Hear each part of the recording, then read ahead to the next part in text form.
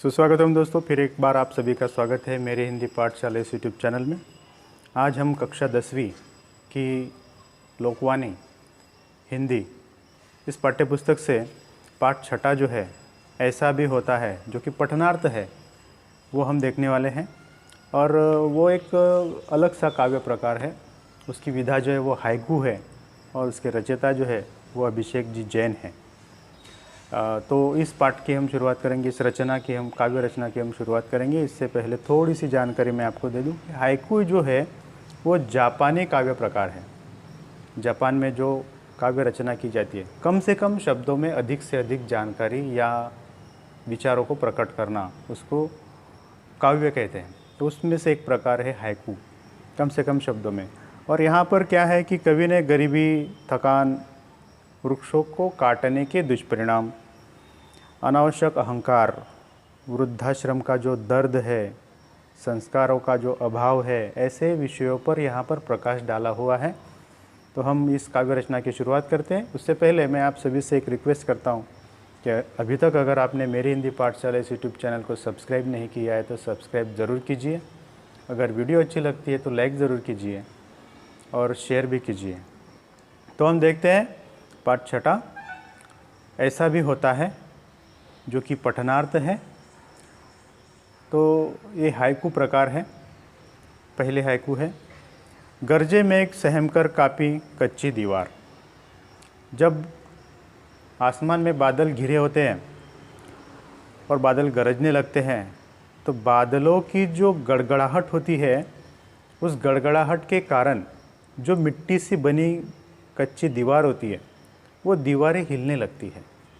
कहने का तात्पर्य है कि ये दृश्य जो होता है वो ऐसा होता है, कोई शक्तिशाली मनुष्य, कोई ताकतवर मनुष्य जो होता है, सबल व्यक्ति होता है, वो सबल व्यक्ति किसी असहाय व्यक्ति पर जब क्रोध करता है या उसके ऊपर तमतमाता है, गुस्सा करता है, तो जो निर्बल या दुर्बल व्यक्ति होता है वो जिस प्रकार से कांपता है, वो दृश्य यहाँ पर दिखता है। मतलब जो मेघ है वो एक सबल व्यक्ति है, शक्तिशाली व्यक्ति है, और जो कच्ची दीवार है वो एक दुर्बल व्यक्ति है, असहाय व्यक्ति है। ऐसा पहले हाइकू में हमें बताया हुआ है अभिषेक जी जैन ने। दूसरा हाइकू है, रवि चढ़ाए निर्मल किरणों से धरा को अर्घ्य। धरा मतलब पृथ्वी, रवि मतलब सूर्य। जब सूर्योदय होता है तो एक अलग सा दृश्य हमें देखने को मिलता है कि ये जो सूर्य किरणें आती है, पृथ्वी पर फैलती है, तो ये सूर्य किरणें जो है वो अर्घ्य चढ़ा रही है। मतलब सूर्य क्या कर रहा है, अपनी किरणों के माध्यम से इस धरती पर अर्घ्य चढ़ा रहा है। यहाँ पर सूर्य का मानवीकरण किया हुआ है और धरती का भी मानवीकरण किया हुआ है, और ये बताने की कोशिश की है कि सूर्य क्या कर रहा है, धरती माता पर अर्घ्य चढ़ा रहा हुआ है। तो ये यहाँ पर बताने की कोशिश अभिषेक जी जैन ने की हुई है। तीसरे हाइकू में बताया है, आके पसरी थकी हारी किरण धरा की गोद।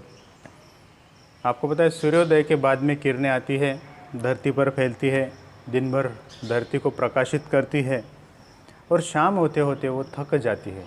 इस प्रकार से एक मानवीकरण किया है कि सूर्य क्या करता है, अपनी किरणों को लाकर पृथ्वी पर फैलाते हैं, दिन भर वो प्रवास करते हैं, सफ़र करते हैं, और सफ़र के कारण शाम तक वो थक जाती है। तो थकने के बाद कहाँ वो रुकती है, धरती माता की गोद में। तो ये बताने की कोशिश यहाँ पर अभिषेक जी ने की है कि पूरे विश्व को प्रकाशित करने वाली जो किरणें हैं, वो किरणें धरती पर पूरा दिन सफ़र करती है, और जब वो शाम होते होते थक जाती है, तो थकने के बाद में वो इस धरती माता की गोद में आकर रुक जाती है, फैल जाती है, पसर जाती है। अगले हाइकू में कवि कहते हैं, खुली आँखों ने जीवन भर देखे बंद सपने। खुली आँखों से सपने देखना जो सच नहीं हो सकते, ऐसे सपने जो खुली आँखों से देखे जाते हैं। तो इसका अर्थ यह है कि कुछ लोग जो होते हैं झूठे आश्वासन देते हैं, झूठे वादे करते हैं, और उन वादों के सहारे कुछ लोग जो होते हैं वो बेचारे जीते रहते हैं। तो ऐसे ही यहाँ पर बताने की कोशिश की है कि इस प्रकार से झूठे वादे करके कुछ लोगों को ठगा जाता है, फंसाया जाता है, झूठी आशाएं दिलाई जाती है, और वो जो उस आशा या उस वादे पर जीने वाले लोग हैं बेचारे, बस वो इसी सपने को संजोते हुए देखते हुए अपना पूरा जीवन बिताते रहते हैं, जो कभी सच नहीं होते, जो कभी पूरे नहीं होते। ऐसे सपने जो है उनके लिए सपने ही रह जाते हैं, ऐसा कवि यहाँ पर हमें बताना चाहते हैं। अगले हाइकू में कवि ने कहा है, कटते तरु उजड़ा आशियाना रोए पखेरु। पखेरु का मतलब होता है पक्षी। कटते तरु, तरु का मतलब होता है वृक्ष। वृक्षों की जो कटाई आजकल चल रही है, उस कटाई के कारण कई जंगल अब साफ़ हो गए, जंगलों का नामो निशान मिटने की ओर जा रहा है। ऐसी स्थिति में क्या हो रहा है, ये सब इंसान करता है, क्योंकि बुद्धिवादी जो है वो इंसान ही है। तो इंसान ही अपने फ़ायदे के लिए प्रकृति की हानि करते हैं, प्रकृति को हानि पहुंचाते हैं। तो अंधाधुंध कटाई के कारण क्या हो रहा है कि कई जंगल साफ़ हो गए हैं, बहुत सारे वृक्षों को तोड़ दिया गया है, और जो जंगल में रहने वाले, जो जंगल आशियाना जिनके लिए था, जिनके लिए वो अपना दुनिया, जो उनकी दुनिया है पक्षियों की और प्राणियों की, उनको वहाँ पर छाया मिलना भी मुश्किल हो गया है, उनको छाया भी नहीं मिलती है। कई पेड़ कट जाने के कारण जिन पेड़ों पर पक्षियों के, पंछियों के घोंसले थे, वो घोंसले उजड़ गए हैं, और अब घोंसले उजड़ जाने के कारण और पेड़ कट जाने के कारण बेचारे पंछी जो है वो मारे मारे फिरते रहते हैं, इधर उधर घूमते फिरते हैं, क्योंकि उनका आशियाना उजड़ गया है। अगले हाइकू में अभिषेक जी बताते हैं, बच्चे पतंग माँ बाप थामे डोर छूते गगन। देखिए, आपने पतंग तो देखा होगा उड़ते हुए, जिसको आप जितना खींचेंगे वो उतना ऊपर जाता है, और जितना छोड़ेंगे उतना वो नीचे नीचे जाएगा। अगर आपने पतंग को उड़ाते समय उसको खींचा ही नहीं तो क्या होगा, वो ऐसे उड़ते उड़ते क्या होगा, थोड़ी देर के बाद में वो नीचे चला जाएगा। मतलब जीवन में खींचना आवश्यक है, रोकना आवश्यक है, ब्रेक ज़रूरी है। तो जब माता पिता जो हैं वो डोर का काम करते हैं बच्चों के लिए, बच्चे पतंग की भांति होते हैं, वो तो नादान होते हैं, लेकिन उनको अगर ऊंचाई पर पहुंचाना है तो उनकी डोर जो है माता पिता के हाथ में होती है, तो ज़्यादा ढिलाई नहीं देनी चाहिए, उनको बीच बीच में खींचते रहना चाहिए, उनको थोड़ा सा हमें बंधन में, कंट्रोल में रखना चाहिए। ये यहाँ पर अभिषेक जी बताते हैं कि जितना आप उनको खींचेंगे, मतलब खींचते रहो ऐसा नहीं है, लेकिन बीच बीच में खींचते रहो, ताकि वो ऊंचाई तक जाते रहेंगे, वो और ऊंचे ऊंचे जाते रहेंगे। तो ये यहाँ पर अभिषेक जी ने बताने की कोशिश की है। अगला जो हाइकू है, तन माटी का फिर कैसा गुमान कद काठी का। ये जो हमारा शरीर होता है, ये जो हमारी काया होती है, देह होता है, ये तन, ये माटी का है, एक ना एक दिन माटी में जाना है। तो इस माटी के शरीर पर हमें गुमान, गर्व किस बात का है? इस कद काठी का गर्व हम करते हैं, अभिमान करते हैं, ये करना व्यर्थ है। ऐसा यहाँ पर अभिषेक जी ने बताया है कि जो हमारी उपलब्धियाँ होती है उनका हमें गर्व होता है।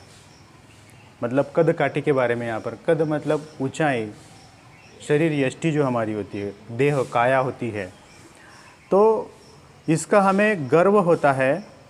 और जब हम अपने आप पर घमंड करते हैं तो हम ये सब कुछ भूल जाते हैं कि ये जो गर्व करना है, ये तो मिट्टी का बना हुआ है, ये तो शरीर है, ये तो मिट्टी का बना हुआ है, एक ना एक दिन इसको मिट्टी में जाना है, मिट्टी में मिलना है। ऐसे मिट्टी में मिलने वाले शरीर पर आप क्यों अभिमान करते हैं, क्यों गर्व करते हैं? तो ये बात यहाँ पर अभिषेक जी हमें बताना चाहते हैं। अगले हाइकू में बताते हैं, उड़ा पखेरु देखता रह गया ठगासा तरु। पखेरु मतलब पक्षी। जो पेड़ होते हैं, तरु होते हैं, उनकी सुंदरता पक्षियों से होती है। सिर्फ पेड़ है, उसके ऊपर कोई पक्षी आता नहीं, जाता नहीं, बैठता नहीं, उसका कोई फ़ायदा नहीं। जिस वृक्ष पर पक्षी बैठें, पंछी बैठेंगे, पंछियों की किलबिलाहट हो, उसकी सुंदरता और बढ़ जाती है। अगर पक्षी उड़ जाते हैं और पेड़ खाली हो जाता है, तो जैसे लूटा हुआ कोई व्यक्ति होता है जिसके पास कुछ नहीं बचता, वैसे वो वृक्ष जिसके ऊपर पंछी नहीं, वो लूटा हुआ सा लगता है, जो लुट चुका होता है, उसके ऊपर कुछ नहीं होता है, ऐसे लगता है। तो वही जो रिश्ता है पक्षी और तरु का जो रिश्ता है, वही शरीर का और शरीर के अंदर जो प्राण है उसका होता है। जब तक आपके शरीर में प्राण है तब तक आपका ये शरीर महत्वपूर्ण है। इसके अंदर से अगर प्राण निकल जाए, जब ये निर्जीव हो जाए, तो इंसान नहीं रहता, वो लाश हो जाता है।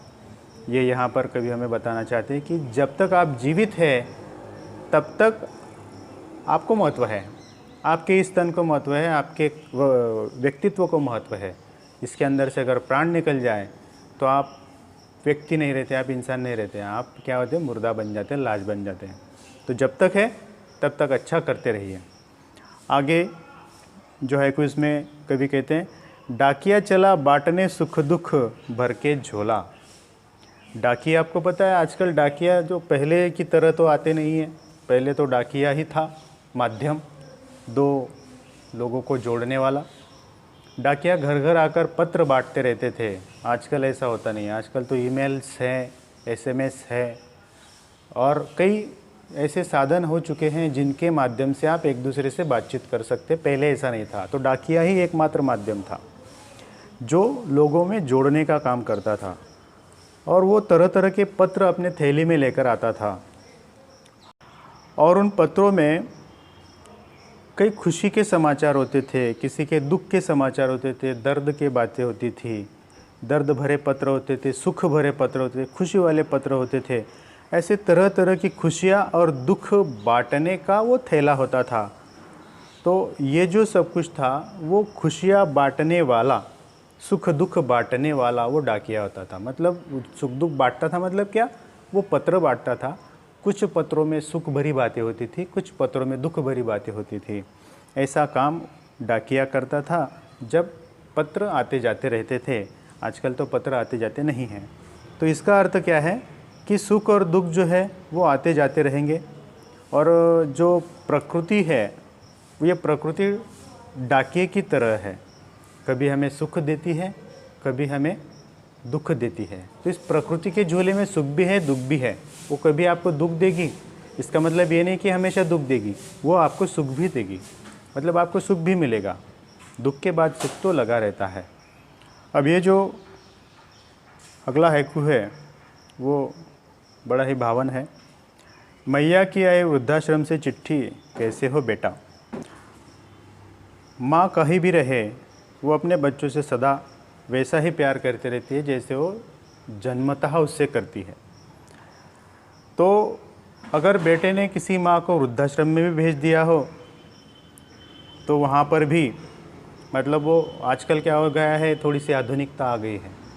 आजकल की जो मतलब ये जो चल रहा है दौर, तो इसमें ऐसा है कि हम दोनों ही रहेंगे, पति और पत्नी, और बच्चे रहे तो एक आध दूसरा, एक दो, बस। बाकी बुज़ुर्ग लोग घर में नहीं होने चाहिए। बुज़ुर्ग लोगों को बोझ समझा जाता है, लेकिन माँ माँ होती है जिसने हमें बचपन में पाला पोसा होता है। और वृद्धाश्रम एक अवस्था ऐसी है कि एक बचपन वाली ही अवस्था है। तो उन्होंने हमें पाला था बचपन में, अब हमारा कर्तव्य है कि हम उनको बुढ़ापे में पालें, हिसाब बराबर।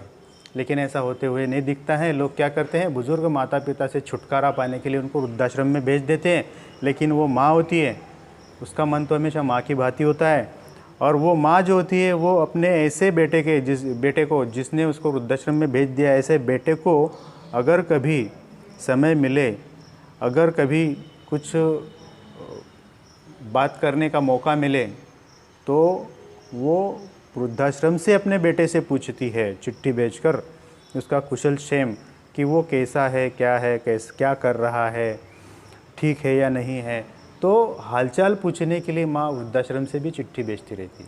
मतलब बेटे ने अपना कर्तव्य नहीं पूरा किया, लेकिन माँ अपना कर्तव्य ज़रूर पूरा करती है। ये यहाँ पर एक दुख भरी बात है, लेकिन इस हाइकू द्वारा अभिषेक जी ने हमें बताने की कोशिश की। आखिरी हाइकू है, हो गई चोरी संस्कारों की तिजोरी लूट गया मैं। अब आखिरी में अभिषेक जी बताते हैं कि चोरी हो गई, संस्कार की तिजोरी खाली हो गई और मैं लुट गया। मनुष्य की सबसे बड़ी ख्याति जो होती है उसके संस्कार होते हैं। बहुत अच्छा व्यक्ति है, क्यों? क्योंकि उसके संस्कार अच्छे हैं। बुरा व्यक्ति है क्योंकि उसको संस्कार नहीं, उसको लहजा नहीं, उसको विवेक से बात करने का तरीका नहीं आता। उस व्यक्ति का कोई नाम नहीं लेगा, मतलब नाम नहीं लेगा मतलब क्या? कोई उसके बारे में अच्छी बातें नहीं करेगा। मुंह पर तो अच्छी बातें करेंगे लेकिन बाद में पीछे। तो जो विवेक से बात करे, जो दूसरों को समझे, ये उसके संस्कार। तो ऐसे संस्कार वाले जो व्यक्ति होते हैं, जो संस्कारी व्यक्ति होते हैं, ऐसे व्यक्ति के लिए जो संस्कार है वो किसी धन दौलत से कम नहीं है। मतलब उसके संस्कार, उसके लिए उसकी प्रॉपर्टी है, धन है। और कवि यहाँ पर ये कहना चाहते हैं कि ऐसा संस्कारी व्यक्ति के अगर संस्कार खत्म हो जाए तो उसको ऐसा लगता है कि जैसे उसका अपना सब कुछ लुट गया हो, जैसे कि वो धन की तरह ही है। संस्कार कैसे है? धन की तरह है। अगर धन लुट जाता है तो इंसान लुट जाता है, गरीब हो जाता है, कंगाल हो जाता है। तो धन लुटने के बाद इंसान कंगाल हो जाता है। वैसे संस्कार अगर छूट जाए, अगर हम संस्कारों का त्याग कर दें तो हम कंगाल हो सकते हैं, लुट सकते हैं, लुट जाते हैं। इसलिए संस्कारहीन ना बनो, संस्कारी बनो। हमेशा अपने संस्कारों पर चलते रहो। भले आपको चाहे लोग अच्छा कहे ना कहें, उसकी चिंता ना करें। हमें अपना काम, अपना कर्तव्य करते रहना चाहिए, ऐसा अभिषेक जी हमें बताते हैं। मुझे लगता है कि ये जो हाइकू विधा है आपकी समझ में आई होगी। धन्यवाद।